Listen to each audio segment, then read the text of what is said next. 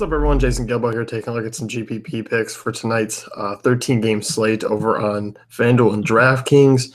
A lot of pitchers going tonight, a lot of aces. Got Clayton Kershaw, Johnny Cueto, Noah Syndergaard all going tonight. Chris Archer, Kirk Porcello. It's going to limit a lot of bats. We're going to get pretty narrow here.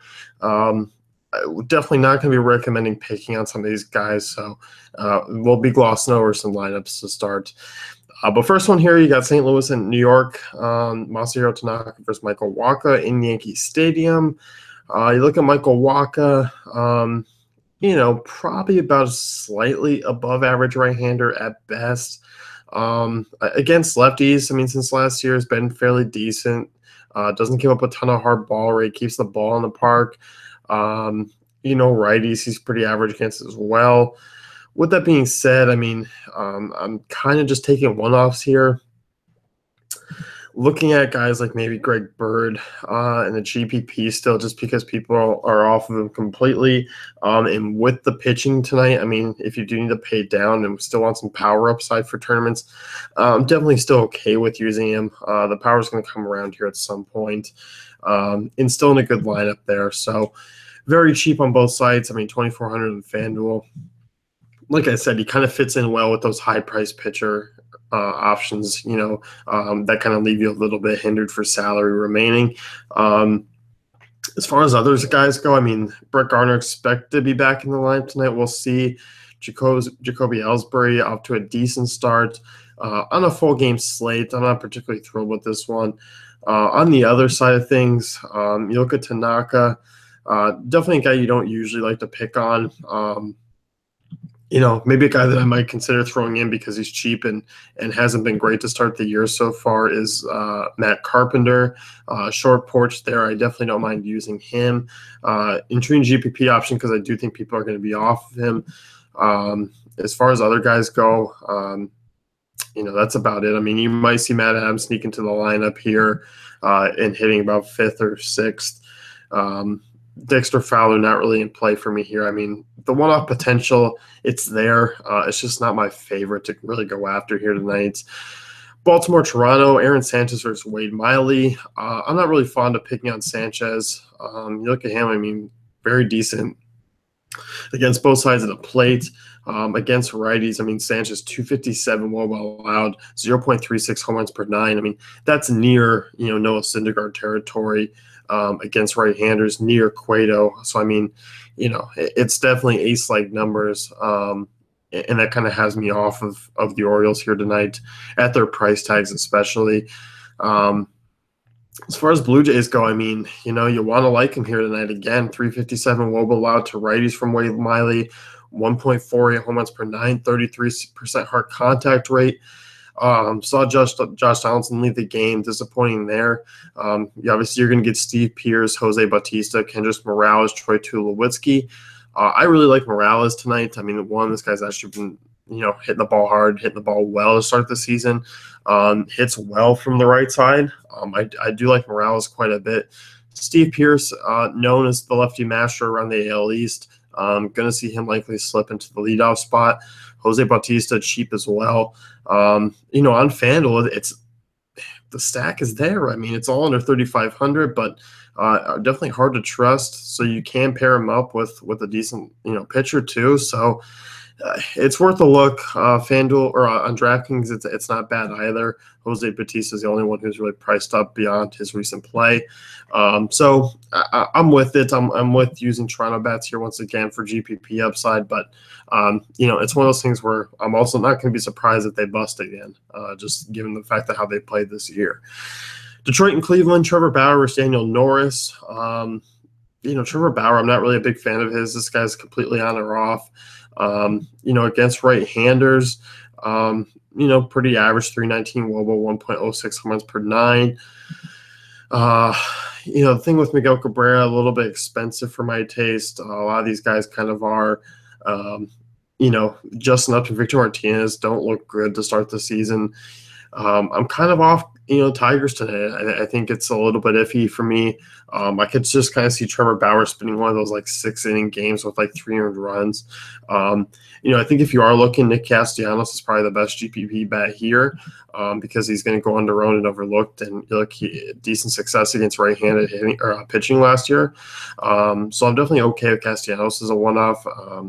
Intriguing bet there. As far as Cleveland goes, you look at Daniel Norris, pitched well down the stretch last season. If you do want to go back to the entire last year, 1.30 home runs per 9 to righties, 340 WOBA, 37% hard contact rate. Did start pitching well. Cleveland obviously is a tough offense to get through. The thing is that they are expensive. Francisco Lindor's been obviously up to a killer start this year. Carlos Santana as well. You're going to have to make a move as far as pitching down to fit these bats in. Lindor is probably the guy that I'll roll with the most just because of how hot he's been. And likely of him hitting that price tag is definitely solid. So, guys like Jose Ramirez, Brandon Guyer are also intriguing. Brandon Guyer's bare minimum, but is a platoon bat. There are the chances that he only gets two at bats and then hits the bench for someone else. But it's definitely worth a look here on tonight's slate, especially at bare min. Milwaukee, Cincinnati, Scott Feldman versus Tommy Malone. Starting with the Brewer side of things, Feldman's a guy who, has actually pitched reasonably well. But going back to last year, 383 WOBA allowed, didn't give up a ton of hard contact, but still 1.62 home runs per 9. Guys like Eric Thames, Travis Shaw, that sets up some potential for some power there at a cheap price tag. Jonathan Villar, continues to really struggle to start the season. Struck out another 2 times last night. He's striking out quite a bit. It's jumping up over 40%. At his price tag on DraftKings, $4,700. That's just ridiculously high for me. $3,500 on FanDuel. Okay. The Brewers' prices are a little bit better down there with Thames like $2,500, Travis Shaw $31. So Brewers are much more of a FanDuel team. Definitely a boomer bust option on tonight's slate. As far as the Reds go, I don't mind some of these guys. Obviously, Jose Peraza, Adam Duvall, Eugenio Suarez are all intriguing options. Joey Votto's fine against lefties. So, I'm certainly in play here where these guys are looking at a decent matchup against Tommy Malone. Probably going to come in a little bit chalky. You look at Malone, 372 WOBA allowed since last year to righties. Lefties even got him, tagged him for a 349 WOBA, 2.12 runs per 9, and a 42% hard contact rate. So it's certainly in play here with these Reds bats. I do like them. Ownership might be a little bit up on these guys too. Mets and Marlins, no thanks to the Marlins against Syndergaard. As far as the Mets go, Yoenis Cespedes keeps hitting home runs. Prices is up on him quite a bit. Asdrubal Cabrera continuously is a solid option. 3,600 on DraftKings is a really nice price tag. 33 there on FanDuel is priced up a little bit, but still in that mid range where you can trust. You look at Volquez. Since last year, 347 WOBA to lefties, 1.13 home runs per 9. The only thing you don't really like is the ballpark here, but I don't mind taking some shots with some one-off power bats on the Mets side of things. But that's about it here. Rays and Red Sox, Rick Porcello versus Chris Archer. I'm not particularly thrilled with any real bat here. You look at Archer, definitely a talented right-handed arm. Did give up a 131 home runs per 9 to lefties since last year, but in Fenway Park, extremely tough for power. Mitch Moreland's been on an absolute tear, 3,200 on DraftKings, but it is still a tough matchup for him. And on FanDuel, I just can't see really using any of these bats. And on the Rays side of things, Rick Porcello was solid at home last year, was very solid against the Rays. And you look at Porcello, strong against lefties, 263 WOBA allowed, 0.59 home runs per 9. Was a little bit worse off against righties, but still WOBA under 300 allowed. So this game in general, I know you look at the moment, an 8-run total, about 8.5 run total. I'm not buying that right now. San Diego and Atlanta, I don't have any interest here in the Padres side. Outside of maybe a Ryan Schimpf in a GPP, just because you look at Tehran, 1.31 home runs per 9 since last year to lefties. That's about it. But this guy is such a boomer bust play. That's why he's reserved for GPPs. On the Atlanta side, though, I do have some interest in some of these guys. I mean, Chastain 3.32 WOBA to lefties last year, 1.26 home runs per nine. Against righties, 317 WOBA allowed. I mean, Inciarte in play for me, Freddie Freeman, Nick Markakis, Dansby Swanson. I mean, talked about them as a potential stack. I like the one-offs. I mean, obviously Freeman's really a solid option tonight. Don't mind him at his price tag on either site. And SunTrust Field, I mean, I don't think it's going to be that bad for lefty power, which sets up for a couple of these bats. So I don't mind the Braves tonight, hoping they go a little bit overlooked, but I know Chastain might drive that ownership up just a little bit. But Atlanta's certainly in play. Chicago, Minnesota, there are some rain concerns here. Wind is blowing in. It might not be the best hitting weather. But looking at these two arms on the hill, I mean, Dylan Covey's a guy I could definitely see taking some shots against. Max Kepler, Miguel Sano, Brian Dozier, all with some power upside. Max Kepler, cheap on both sides. Miguel Sano still not getting really a big bump in price over on DraftKings at 4,200. I mean, seeing the ball really well. I don't mind these guys right now. And you got the Minnesota, one of the higher run totals on the night. As far as Chicago goes, I mean, I definitely think you can look at guys like Todd Frazier if he's in the lineup. Jose Abreu, a guy just once again, I don't think we're going to quite see the the upside out of him. Is yet to homer this year. Has one extra base hit so far to start the season. It's kind of happening again where the power's decreasing. So it's taken a little bit off here that I'm not really thrilled with. Angels and Royals, Danny Duffy versus JC Ramirez. I saw the Royals put up a dud last night. You look at Ramirez, league average, I mean right-hander at this point. Did struggle a little bit more against right-handed bats, but really there aren't a lot of right-handed bats for me to really jump on board with.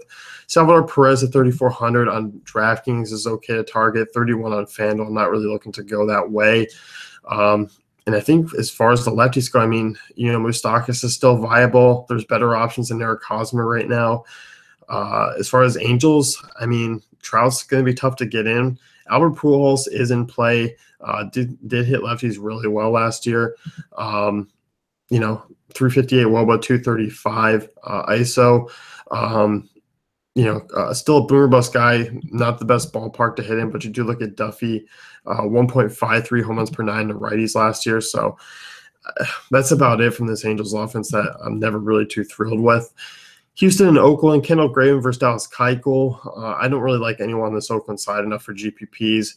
Houston, these bats are in play. I think they're more in play over on FanDuel, but the prices are still a little bit on the higher side for me to kind of really jump at. You do have to pay down to pitching to get him, but you do look at Graveman. Still a guy, I mean, reasonable hard contact to lefties. As far as righties go, I mean, kind of league average still. Has pitched pretty well to start this season. But you know what? I'm 2-game sample size. I'll take the whole day. Still just an average right-hander. And if you're looking for low ownership, I don't think they're bad bats. Arizona and LA, Clayton Kershaw versus Zach Greinke. I don't want really either part of this one. Greinke was fine on the road last year. A guy who's not going to give up a ton, and obviously not really looking to play against Clayton Kershaw, even though the prices are depreciated a little bit, but not enough for me to really consider. Texas and Seattle, Felix Hernandez versus Martin Perez. This could be an interesting GPP game. We'll start with the Texas side of things. You look at Hernandez. Since last year, 320 WOBA allowed, 30% hard contact rate, 18.1% strikeout rate, 1.01 home runs per nine. Guys like Nomar Mazara hitting the ball well, Carlos Gomez, Ronaldo Odor. I don't mind these bats here as far as GPPs go, because this late night slate basically of 4 games doesn't feature the best ballparks.